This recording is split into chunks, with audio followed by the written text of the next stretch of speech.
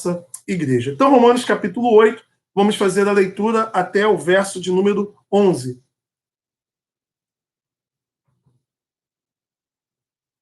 Agora, pois, já nenhuma condenação há para os que estão em Cristo Jesus, porque a lei do Espírito da vida em Cristo Jesus te livrou da lei do pecado e da morte. O quanto que fora impossível a lei, no que estava enferma pela carne, isso fez Deus enviando o seu próprio Filho em semelhança de carne pecaminosa, e no tocante ao pecado, e com efeito condenou Deus na carne o pecado, a fim de que o preceito da lei se cumprisse em nós, que não andamos segundo a carne, mas segundo o Espírito.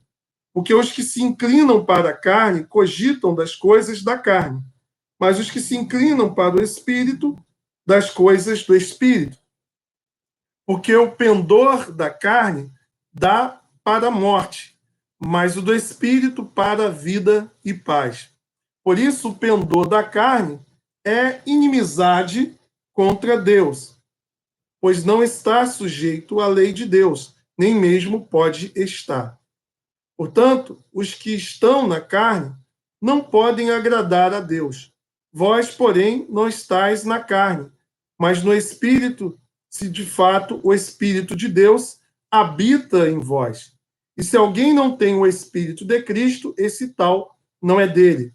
Se, porém, Cristo está em vós, o corpo, na verdade, está morto por causa do pecado, mas o Espírito é vida por causa da justiça. Se habita em vós o Espírito daquele que ressuscitou a Jesus dentre os mortos, esse mesmo que ressuscitou a Cristo Jesus dentre os mortos, vivificará também o vosso corpo mortal, por isso, por meio do seu Espírito que em vós habita.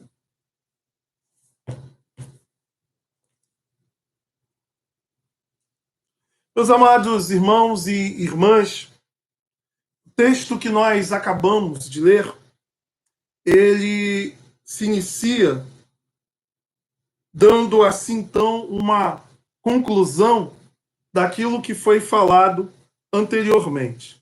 Por exemplo, a expressão aqui, agora pois, no grego, ela faz ligação com aquilo que foi falado antes, dando assim então uma conclusão do assunto anterior. É uma conjunção conclusiva. Portanto, essa é uma expressão que nós precisamos considerar ao ler toda essa perícope, esse texto que nós acabamos de ler, considerando o ensino anterior de Paulo sobre o tema santificação. O que Paulo, então, ele falou antes daquilo que nós acabamos de ler? Vamos lembrar. No capítulo 7, Paulo trata de um assunto de grande importância no cristianismo, que é a santificação. E para lembrar os irmãos, a santificação foi tratada no capítulo 6 e 7. Antes disso, Paulo tratou sobre a doutrina da justificação, no capítulo 5, no capítulo 4, no capítulo também, parte do capítulo 3. Quando Paulo fala sobre santificação, e esse assunto santificação deve ser analisado de forma separada da justificação para um melhor entendimento, e é claro que justificação e santificação são inseparáveis, mas para uma análise dessas duas verdades que estão na questão da salvação do crente, nós precisamos considerá-las separadamente para compreender o ensino sobre o assunto. Na justificação, nós aprendemos que Deus nos perdoa dos nossos pecados com base na nossa fé em Jesus Cristo, naquilo que, por meio da fé em Jesus Cristo. Ou seja, nós colocamos a nossa fé e confiança na obra de Jesus, na morte e ressurreição de Jesus, e recebemos paz. Paz com Deus. Éramos inimigos de Deus e somos colocados numa situação de reconciliação. E aí, então, o capítulo 6 e 7, Paulo vai trabalhar a questão, uma vez justificados, perdoados por Deus, como que nós seguimos a nossa vida cristã? Como que nós caminhamos, né, a caminhada cristã? Paulo, então, fala da santificação. E vimos que a santificação ela tem um aspecto posicional, ou seja, Deus nos separa, nos torna santos, né, separados para viver uma nova vida.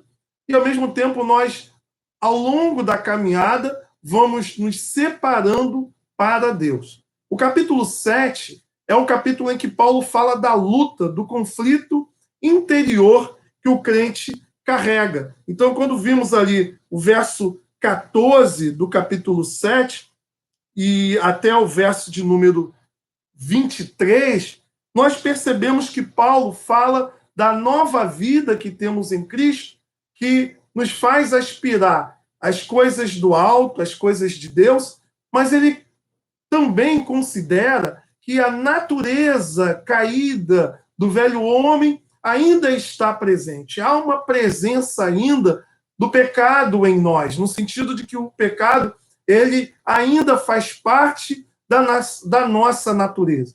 E Paulo, então, trabalha a questão dessa luta, desse conflito interior que nós carregamos, daquilo que desejamos no nosso íntimo, que é fazer a vontade de Deus, mas a nossa inclinação da carne, os desejos carnais que tentam nos separar das coisas espirituais. Então, Paulo trabalha esse conflito e é importante nós entendermos que quando a Bíblia fala de carne, ela não está falando da parte física do homem, né? Pelo menos aqui nesse contexto em que Paulo fala da luta, né? Do homem interior, essa luta que o crente tem. A carne na Bíblia, quando fala de algo ruim, algo mal, é a inclinação da nossa natureza caída, da nossa natureza pecaminosa. Não é a carne em si. Até porque, quando nós pecamos, é exatamente algo que vem de dentro de nós. Nós pecamos não com a carne em si, ou seja, a carne não aspira nada. É uma realidade de uma natureza caída, um instinto dominado, né, pelo pecado, que nos impulsiona a fazer coisas que não agradam a Deus. Então, todas as vezes que olharmos para a questão do conflito entre carne e espírito, carne como sendo algo ruim, o espírito como sendo algo bom, nós não devemos pensar carne no aspecto do corpo físico material. Até porque o próprio Cristo ele se encarnou, até porque a própria carne em si, ela será regenerada, porque ela faz parte da criação e tudo que Deus criou é bom. A carne na Bíblia é a natureza com tendência pecaminosa. Então, Paulo fala que essa natureza com tendência pecaminosa, ela ainda está presente na vida até mesmo daquela pessoa, né, que está num processo de santificação, mas que muitas das vezes ela faz não o que ela deseja, mas o que o seu corpo é dominado, ou o seu corpo, de certa forma, preso ainda a essa realidade do mundo dos instintos inclinados para o mal, acaba impulsionando. Então, o verso 24 e 25, Paulo, ele, de uma maneira em expressar uma gratidão a Deus, ele coloca um grito de gratidão da vitória, né, sobre o pecado, né? Ou seja, a vitória da graça de Deus sobrepondo o grito de desespero da derrota que ele vem contando aqui do verso 4, ou melhor, do verso 14 ao verso de número 23. Olha o que Paulo vai dizer no verso 24. Desventurado homem que sou, quem me livrará do corpo desta morte? E aí ele vem, então, e coloca em forma de ações de graças essa expressão. Graças a Deus por Jesus Cristo, nosso Senhor, de maneira que eu, de mim mesmo, com a mente, sou escravo da lei de Deus, mas segundo a carne, da lei do pecado. mas graças a Deus por Jesus Cristo, nosso Senhor, de maneira que eu, de mim mesmo, com a mente, né, estou preso à lei de Deus. E aí agora entramos no texto que acabamos de ler, Paulo usando a seguinte expressão: agora, pois, ou seja, com base em todo aquele conflito que Paulo expressou, né, do verso 14 ao verso 23, e também da graça, né, que ele expressa no verso 25, ele faz uma conclusão. Qual é a conclusão? De que não há condenação para aqueles que estão em Cristo Jesus. Eu quero chamar a tua atenção, porque de repente você que está nos assistindo, você está com uma versão diferente da minha. A versão que eu estou usando aqui é a Bíblia Almeida atualizada. Na Almeida atualizada, o texto diz assim: agora, pois, já nenhuma condenação há para os que estão em Cristo Jesus. Mas se você pegar, por exemplo, a nova versão transformadora, a NVT, você vai encontrar um texto diferente. Você vai ver que o versículo ele é maior. Agora, portanto, já não há nenhuma condenação para os que estão em Cristo Jesus, pois em Cristo Jesus a lei do Espírito que dá vida os libertou da lei do pecado que leva à morte. Então você vê que há uma extensão do verso 1. Se você pegar, por exemplo, essa Bíblia aqui, que é a versão corrigida, Almeida corrigida, você vai encontrar a seguinte expressão: portanto, agora nenhuma condenação há para os que estão em Cristo Jesus, que não andam segundo a carne, mas segundo o Espírito. Por que há essa diferença, né? Essa diferença, na verdade, ela expressa a tradução de acordo com alguns manuscritos. Os manuscritos mais antigos, o texto ele é conforme o que está escrito aqui na Ara, terminando apenas, né, na palavra Jesus.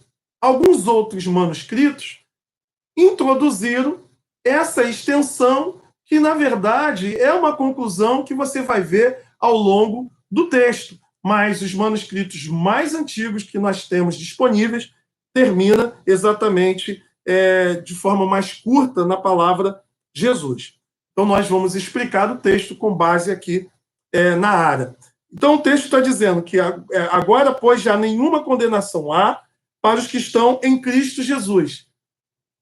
A ideia aqui é que, unidos a Cristo, da mesma maneira que nós vimos quando falou de batismo, o batismo nos une à pessoa de Cristo, e unidos a Cristo nós somos crucificados com Ele e também ressuscitamos com Ele. Na nossa união com Cristo que nós recebemos todas as bênçãos e dádivas da salvação, que é sinalizado pelo batismo. O que Paulo está dizendo é que, unidos a Cristo, nós não somos mais condenados, nem por conta da questão da punição que o pecado carrega, assim como também nem mesmo somos condenados por causa da situação de dominação do pecado. Paulo está dizendo que, uma vez que estamos em Cristo, nós não estamos debaixo nem da culpa do pecado, aquilo que o pecado estabelece que nos traz a culpa e a condenação. Nós somos libertos tanto da culpa do pecado, como também somos libertos do poder do pecado.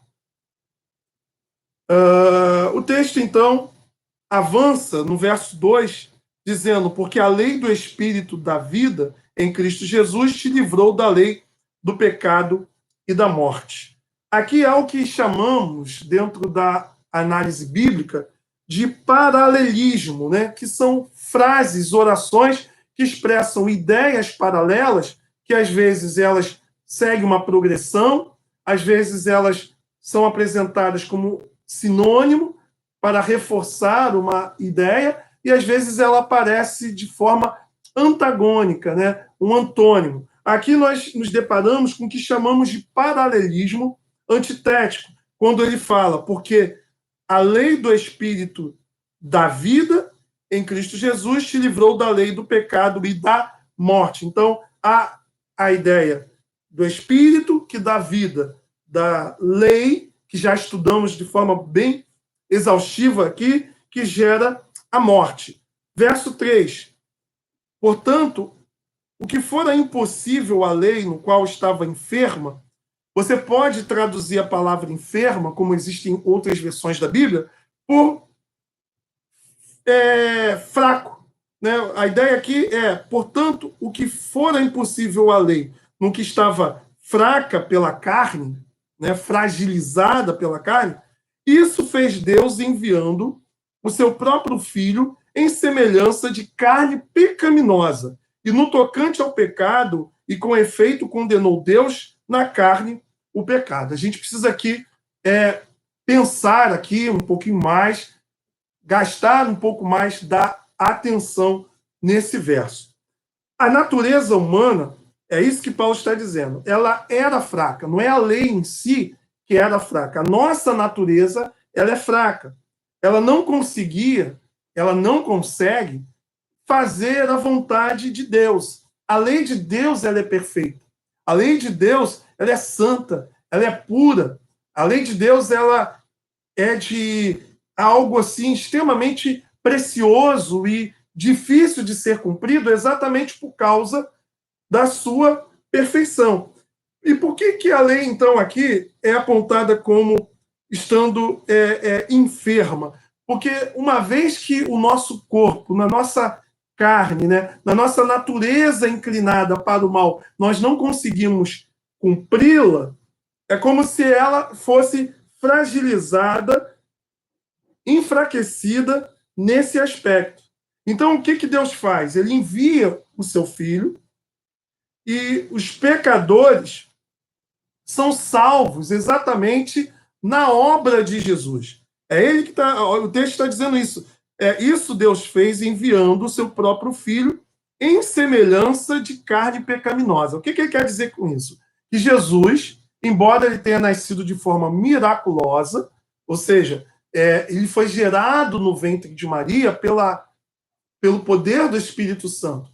Jesus Cristo, ele nasceu sem pecado, por isso que ele foi gerado de forma sobrenatural, para que ele não trouxesse em si a herança do pecado adâmico. Porém, o seu corpo é um corpo fragilizado, é um corpo semelhante ao nosso, é um corpo marcado, né, pela questão do pecado. Veja bem, o corpo de Cristo, ele é o corpo depois da queda. Adão tinha um corpo glorioso, né? Um corpo sem pecado, mas um corpo superior ao corpo de Jesus. A queda de Adão fez com que toda a natureza fosse sentenciada a um estado de inferioridade, a um estado de um corpo corruptível. Cristo nasceu sem pecado, mas com um corpo marcado por essa presença do pecado que faz com que a natureza seja uma natureza física corruptível. Então, quando ele fala assim, que Cristo ele se encarnou e ele teve assim uma carne pecaminosa, ele está querendo dizer, ele teve uma carne frágil, uma carne semelhante à nossa, que é uma carne marcada, né, pela força do pecado, ou seja, uma carne que fica enferma, um corpo que sofre os desgastes do tempo, um corpo que morre. E Cristo, assim, então, ele, quando se encarna em Maria, aqui é importante a gente frisar bem, ele é o Deus que se fez homem. Então, Cristo é Deus, ele sempre esteve com o Pai, em toda a eternidade. Ele é o Verbo, ele é a palavra criadora.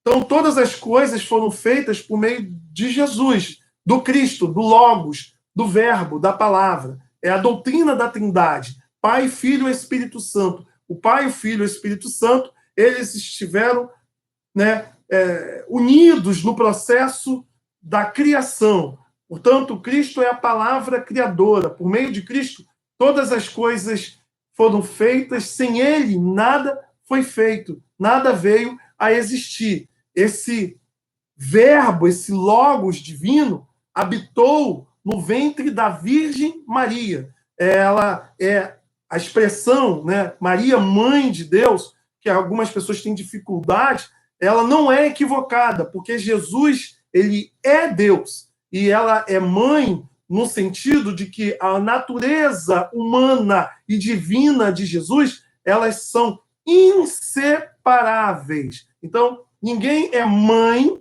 né, de alguém no sentido de parte da pessoa. Eu sou mãe da natureza, né, do fulano de tal. Não, você é mãe da pessoa. Por isso, essa expressão, né, que é usada na igreja cristã, que alguns têm dificuldade, que é chamada de Theotokos, ou seja, Maria, portadora de Deus, ela é bíblica porque Jesus Cristo é Deus que se fez homem. Ele não é Deus que pegou uma carcaça humana. Não, ele é Deus que se fez homem. Ele foi gerado no ventre de Maria, de modo que Maria é mãe da pessoa de Jesus. E a pessoa de Jesus possui duas naturezas, a divina e a natureza humana. Tanto é que Isabel, por exemplo, quando ela vai saudar Maria em Lucas, capítulo 1, né, ela vai dizer: de onde me vem a honra de receber a mãe do meu Senhor? Quem era o Senhor de Isabel? É Deus. A palavra Senhor é a palavra grega Kyrios, né? Ela, né, reconhece que Maria é a mãe de Deus, não no sentido da Trindade, mas no sentido de Jesus, que é a segunda pessoa da Trindade, então ele, o Verbo encarnado. Sendo assim, Jesus tendo duas naturezas, a natureza humana de Jesus é uma natureza semelhante à natureza de Adão ou de toda a raça humana caída, uma natureza que fica enferma, que se desgasta com o tempo. Jesus, ele era um homem normal, como todos nós, porém com uma diferença. Por ele ter sido gerado pelo Espírito Santo no ventre de Maria, ele era sem pecado. E aí, então, sendo Jesus sem pecado, o texto vai avançar dizendo sobre a obra de Jesus, a fim de que o preceito da lei se cumprisse em nós, que não andamos segundo a carne, mas segundo o Espírito. Então, para quem está chegando agora, estamos em Romanos 8, agora estamos analisando o verso 4, já estudamos o verso 1, 2 e 3. Então, o verso 4 vai falar exatamente sobre essa questão. Cristo, ele condena o poder do pecado, ele condena o pecado na sua própria carne. Porque a exigência da lei era a perfeição. E eu já falei aqui que nós não conseguimos atender à exigência da lei. A lei, para nós, ela é um parâmetro, e nós vimos aqui a lei como a figura de um marido perfeito que não se satisfaz com nada que a sua esposa faz porque ela é imperfeita. Cristo, ele vive a perfeição. Ele, mesmo com o corpo adâmico, ele consegue obedecer toda a lei de Deus. E, unidos a ele, Cristo carrega, então, na cruz do Calvário, a condenação do nosso pecado. De modo que, quando Cristo morre na cruz do Calvário, ele morre como nosso representante. Ou seja, o salário do pecado é a morte, é a condenação. Cristo leva na cruz do Calvário os nossos pecados, ele recebe a justiça de Deus, a condenação vinda da parte do Pai. É como se nós recebêssemos, mas nós recebemos nele. É por isso que somos absolvidos dos nossos pecados, porque os nossos pecados foram colocados em Jesus, e quando ele morre, ele recebe em nosso lugar a condenação que nós deveríamos receber. É isso que você vai encontrar, por exemplo, lá em Isaías, no capítulo de número 53, para poder exemplificar essa minha fala. Isaías 53, lá no verso 6, vai dizer assim: todos nós andávamos desgarrados como ovelhas, cada um se desviava pelo caminho, mas o Senhor fez cair sobre ele, sobre o Cristo, o Messias, né, a iniquidade de todos nós. Ou seja, por eu não conseguir viver a lei de Deus, Cristo vive em nosso lugar e a condenação que eu deveria receber, ele recebe no meu lugar, no seu lugar. Veja, por exemplo, o verso 8. Por juízo o opressor foi arrebatado, e de sua linhagem, quem dela cogitou? Porquanto foi cortado da terra dos viventes, por causa da transgressão do meu povo, foi ele ferido. Verso 11. Melhor, verso 10. Todavia, ao Senhor agradou moê-lo, né? E fazendo-o enfermar, quando der ele a sua alma como oferta pelo pecado, verá sua posteridade e prolongará os dias, e a vontade do Senhor prosperará nas suas mãos. Então, agradou ao Pai julgar Cristo, sentenciar Cristo, condenar Cristo. Por quê? O verso 11 vai dizer: ele verá o fruto do penoso trabalho de sua alma e ficará satisfeito o meu servo, o justo. Com o seu conhecimento justificará a muitos, porque as iniquidades deles levará sobre si. Então, por que Deus leva Cristo para a cruz? Sim, ele leva por causa dos nossos pecados, e quem vai ser o agente no tempo e no espaço são os homens, né? Judas traindo, o Sinédrio conspirando, Roma crucificando, enfim. Mas por que Deus ele promove tudo isso? Porque por meio da morte de Jesus, a condenação que deveria recair sobre nós recai sobre Cristo. De modo que a obra de Cristo conquista para o Pai muitos filhos, muitos irmãos. Por isso o texto vai dizer que ele verá o fruto do seu penoso trabalho, ou seja, aquilo que Cristo realizou, ele conquistou para o Pai uma família de muitos irmãos. Portanto, quando nós colocamos a nossa fé em Jesus, nós estamos unidos a Cristo.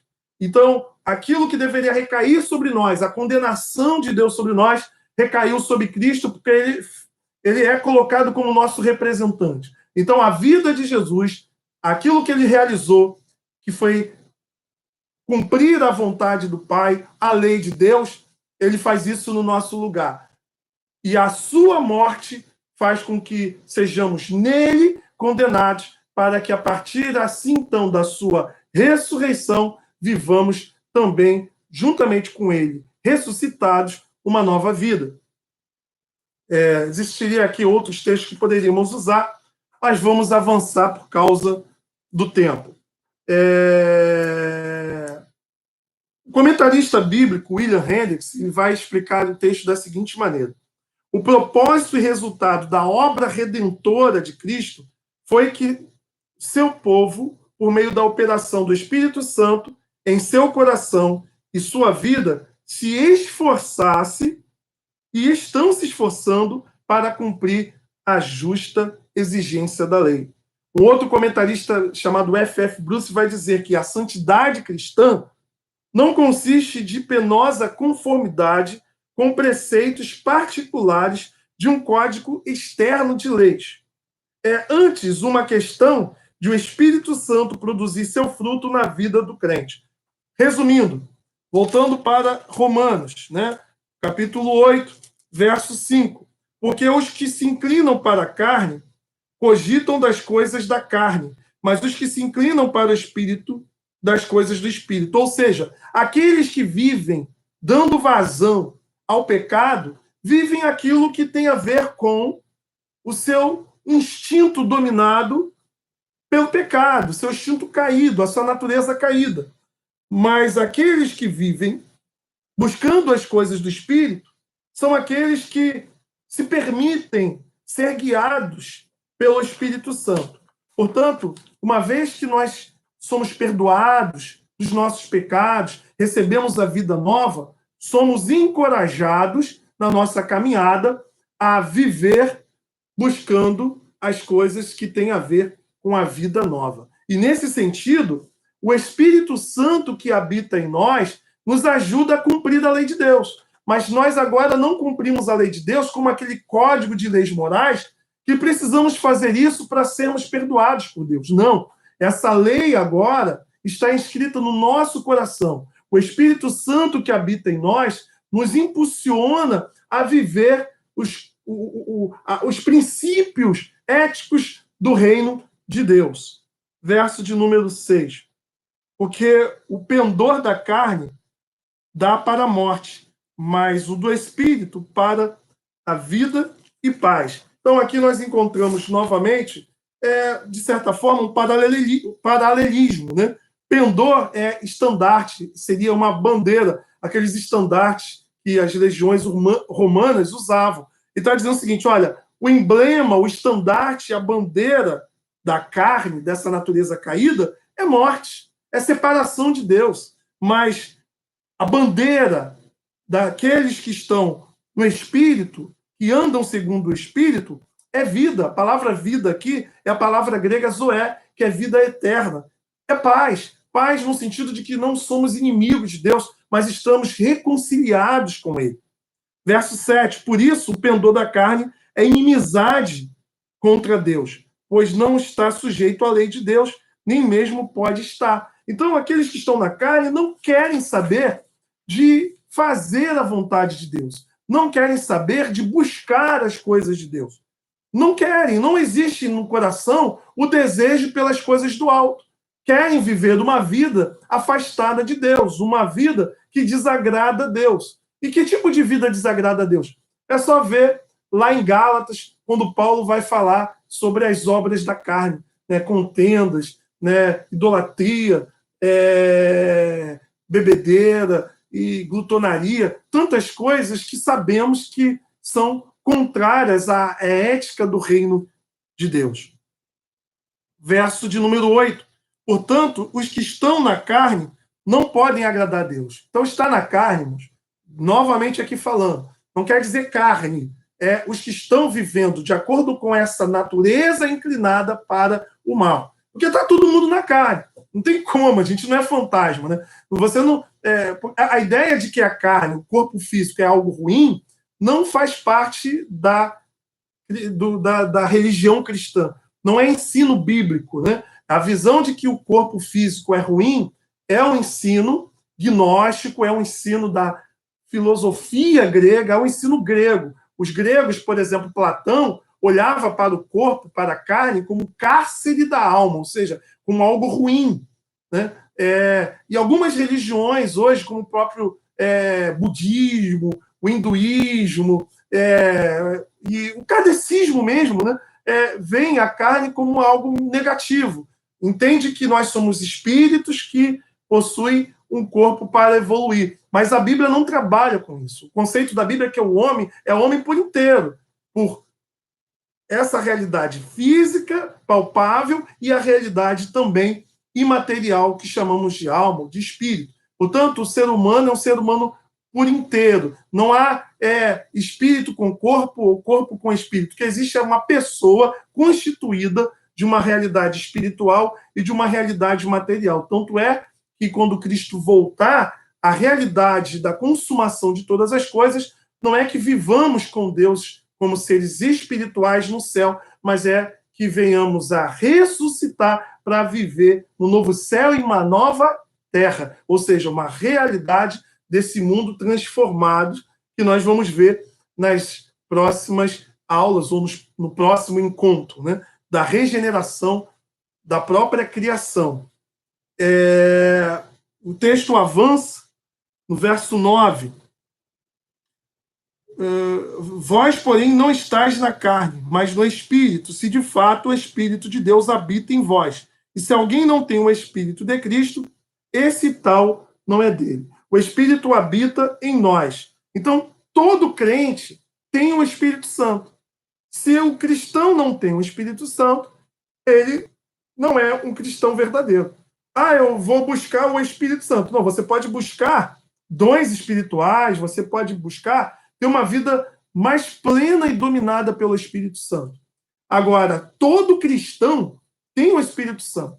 Se você tem Cristo como teu Senhor e Salvador, você está unido a Cristo e todas as bênçãos que estão sobre Cristo recaem sobre você, porque você faz parte do corpo de Cristo. Então você é filho de Deus por adoção. Você é perdoado em Jesus. Você é santificado em Jesus. Você é regenerado, uma nova criação em Jesus. Você está sentado nas regiões celestiais em Jesus. Todas as bênçãos espirituais já estão sobre a tua vida. Você já carrega o Espírito Santo, o Espírito já está em você. Você é a habitação do Espírito de Deus.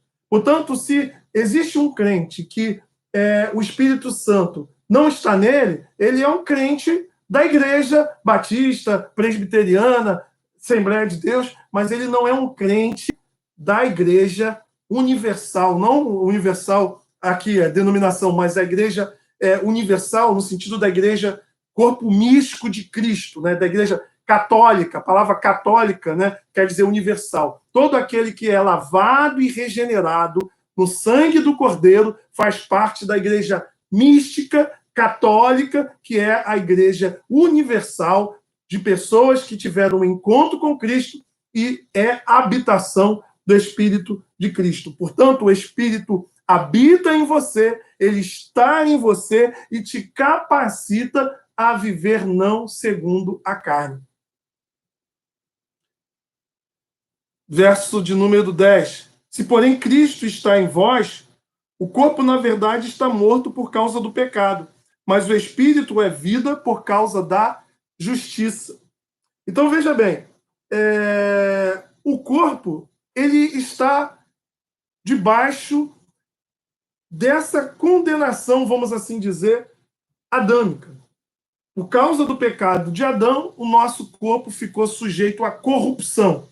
Portanto, se o Espírito habita em nós, o nosso corpo ele ainda não foi... Aí eu estou falando do corpo físico, né? O nosso corpo não foi ainda regenerado. O Espírito habita em nós, mas o nosso corpo ainda é um corpo de morte, ou seja, um corpo que, com o passar do tempo, ele haverá de morrer. Porém, espiritualmente, nós já estamos vivos. Por isso que Cristo diz, aquele que crê em mim, ainda que morra, viverá. Eu sou a ressurreição e a vida. Aquele que crê em mim, ainda que morra, viverá. Ou seja, em Cristo Jesus, nós recebemos a Zoé, a vida eterna, a vida, né, que não acaba nunca. Portanto, ainda que venhamos a morrer, ainda que venhamos a sofrer, né, as pressões e os desgastes dessa presente vida, né, Covid-19, dengue, a gente,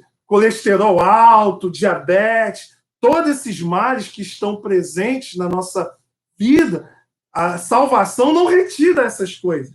Porém, o que Paulo está dizendo é que, ainda que o nosso corpo seja mortal, estamos sujeitos a essa realidade, a vida eterna já está em nós. E aí o verso 11 complementa, conclui tudo isso que estamos aqui falando. Se habita em vós o Espírito daquele que ressuscitou a Jesus dentre os mortos, esse mesmo que ressuscitou a Cristo Jesus dentre os mortos, vivificará também o vosso corpo mortal por meio do seu Espírito que em vós habita. Aqui, então, Paulo conclui dizendo, olha, se Cristo foi ressuscitado pelo Espírito dentre os mortos, esse Espírito que ressuscitou Jesus habita no seu coração e é ele que vai, no grande dia, fazer com que o teu corpo físico seja restaurado. Aí você pergunta, mas tem gente que já morreu há mais de 200 anos. Tem gente que não tem mais nem poeira, nem pó. Tem gente que é cremado, enfim. Irmãos, Deus criou o céu e a terra do nada, com o poder da sua palavra.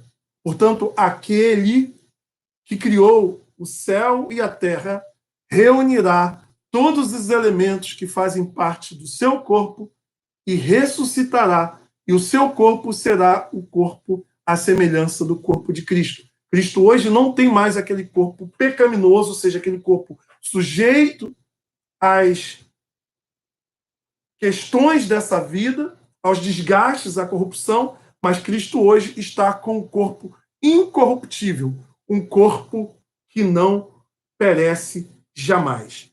Então, sendo assim, a nossa esperança é que, da mesma maneira que Jesus ressuscitou dentre os mortos, um dia todos nós que morremos em Cristo Jesus ressuscitaremos. Portanto, irmãos, eu sei que o medo é uma questão muito natural da nossa natureza, né? Faz parte da nossa natureza humana. Mas nós podemos, e não apenas podemos, nós devemos ter a convicção e a certeza de que a morte não nos dá baixa na igreja do Senhor. Nós podemos ter baixa na igreja local. Quando você morre, o teu nome pode ser riscado, né, do rol de membros da igreja que você faz parte. Mas a Bíblia diz que Deus não é Deus dos mortos. Ele é o Deus de Abraão, Isaque e Jacó. O Deus daqueles que já estão na presença dele, vivos, aguardando a ressurreição. Portanto, a morte para nós é tão somente uma maneira de nós encontrarmos com Cristo, estarmos com ele para sempre, aguardando assim, então, a ressurreição do corpo físico. Paulo, em 1 Coríntios, capítulo de número 15, ele vai falar sobre essa verdade bendita. Ele vai dizer o seguinte, verso de número 20 a 22. Mas, de fato, Cristo ressuscitou dentre os mortos, sendo ele as primícias dos que dormem. Visto que a morte veio por um homem, também por um homem veio a ressurreição dos mortos. Porque assim como em Adão todos morrem, assim também todos serão vivificados em Cristo. Portanto, a nossa esperança está em ressuscitar com Cristo Jesus. Portanto, meu irmão, minha irmã, qual é a conclusão da nossa reflexão de hoje de Romanos 1, verso de Romanos 8, do 1 ao 11? Conclusão: é a certeza de que pela graça divina nós somos libertos da culpa do pecado e também do poder do pecado. O pecado não tem mais domínio sobre nós por causa da graça que nos tira a condenação. Segundo, certeza da suficiência de Cristo. Ele cumpriu em seu corpo as exigências da lei que nós não conseguíamos cumprir. E ele morreu levando sobre si, assim então, as nossas iniquidades. Terceiro, certeza de que a sua obra nos garante o seu Espírito Santo, que nos capacita a viver a lei de Deus. Então, a lei de Deus, ela pode ser vivenciada por nós, porque o Espírito de Deus habita em nós. E, por último, certeza que recebemos em Jesus a vida eterna. O nosso propósito, a nossa meta é a vida eterna com Cristo Jesus. Aquilo que o credo apostólico diz lá no final: creio no Espírito Santo, na Santa Igreja Católica, na comunhão dos santos, na remissão dos pecados, na ressurreição do corpo e na vida eterna. Portanto, meu irmão, nenhuma condenação há para aqueles que estão em Cristo Jesus. Amém?